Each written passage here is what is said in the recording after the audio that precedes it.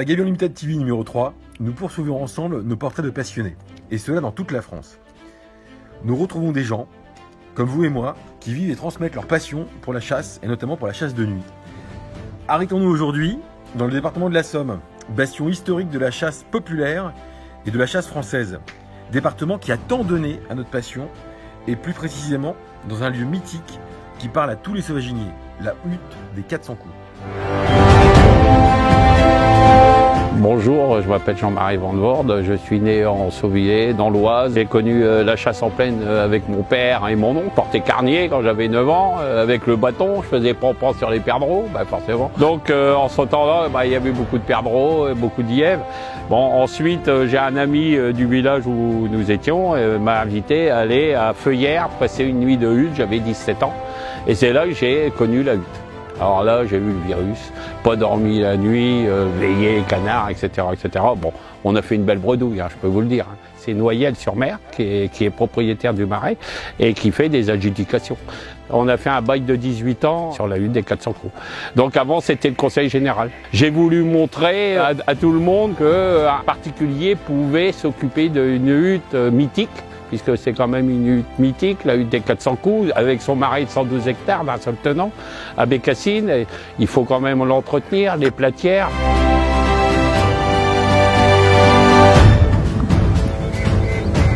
Je m'appelle Michael Mourier, j'ai 34 ans. Je chasse le gibier d'eau depuis 16 ans, avec le permis, un petit peu avant, comme tout le monde, je pense. Pourquoi la hutte des 400 coups? La hutte des 400 coups a été créée en 1904 par le vicomte Brossin de Méret. Et lors de l'inauguration de la hutte, il avait demandé à ses gardes de tirer au fusil pendant le repas avec ses invités pour agrémenter le repas. Et au milieu du repas, les gardes ils arrêtent de tirer. Donc le vicomte vient voir les gardes, il dit pourquoi vous ne tirez plus? Et on n'a plus de cartouches. Et donc il dit vous avez tiré combien de coups? Donc il dit on a tiré 400 coups. Donc voilà pourquoi la hutte s'appelle des 400 coups.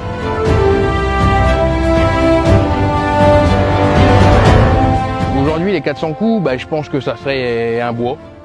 Parce que un marais, si tu coupes pas les sols qui poussent tous les ans, ça pousse, c'est un bois, c'est des arbres. Si tu mets pas d'eau, les petites mares, les micro-mares partout, ça crève. Donc la végétation reprend le dessus et puis c'est tout.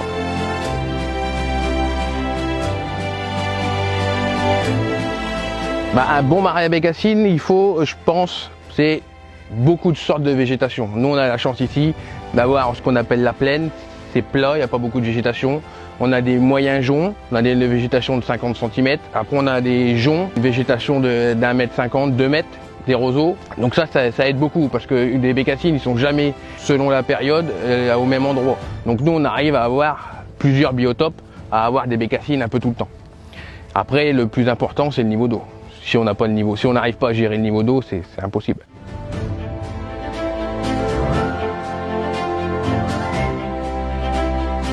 La chasse du gibier d'eau, pour moi, c'est une passion, c'est une vie. On consacre sa vie pour la chasse du gibier d'eau. Enfin, moi, c'est ce que j'ai fait. J'ai quitté mon boulot pour venir vivre de ma passion. Donc, je pense que beaucoup de personnes rêveraient de faire ce que j'ai pu faire. J'ai commencé à avoir quelques tours de hutte, un peu par-ci par-là. J'ai chassé dans l'Oise. Et là, on était une équipe d'amis. Et j'ai rencontré pour la première fois mon patron et j'ai su qu'il avait repris les 400 coups. Et donc je lui avais dit, si un jour il cherchait quelqu'un, c'est un poste qui m'intéresserait, de pouvoir vivre de ma passion. Pour moi, ça représente un rêve d'enfant. En étant chasseur de gibier d'eau, on a toujours entendu parler des 400 coups. Donc un jour pouvoir y travailler et pouvoir amener son petit truc sur les 400 coups, c'était inoubliable.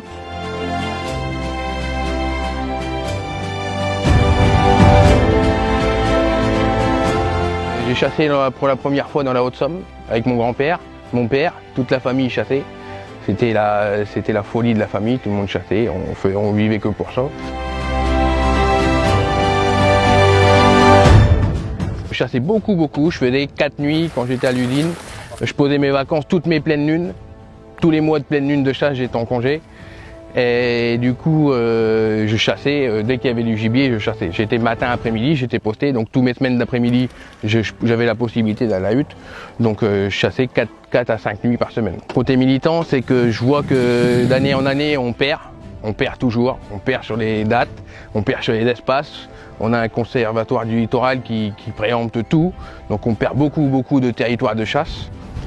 Et donc on essaye, je fais partie d'une association des Trois Vallées de la Haute-Somme, et on essaye de se battre pour gagner, gagner. C'est difficile de gagner actuellement, mais on essaye de se battre pour perdre le moins possible. Sur nos espaces, nos dates, surtout les dates aussi, très compliqué, on voudrait bien chasser des loups au mois de février. Mes enfants sont intéressés, surtout mon fils, il est né ici, donc il a 6 ans, il est né au 400 coups, donc je pense qu'il est obligé d'être intéressé par la chasse. Tant que je peux, j'essaierai de lui transmettre ma passion.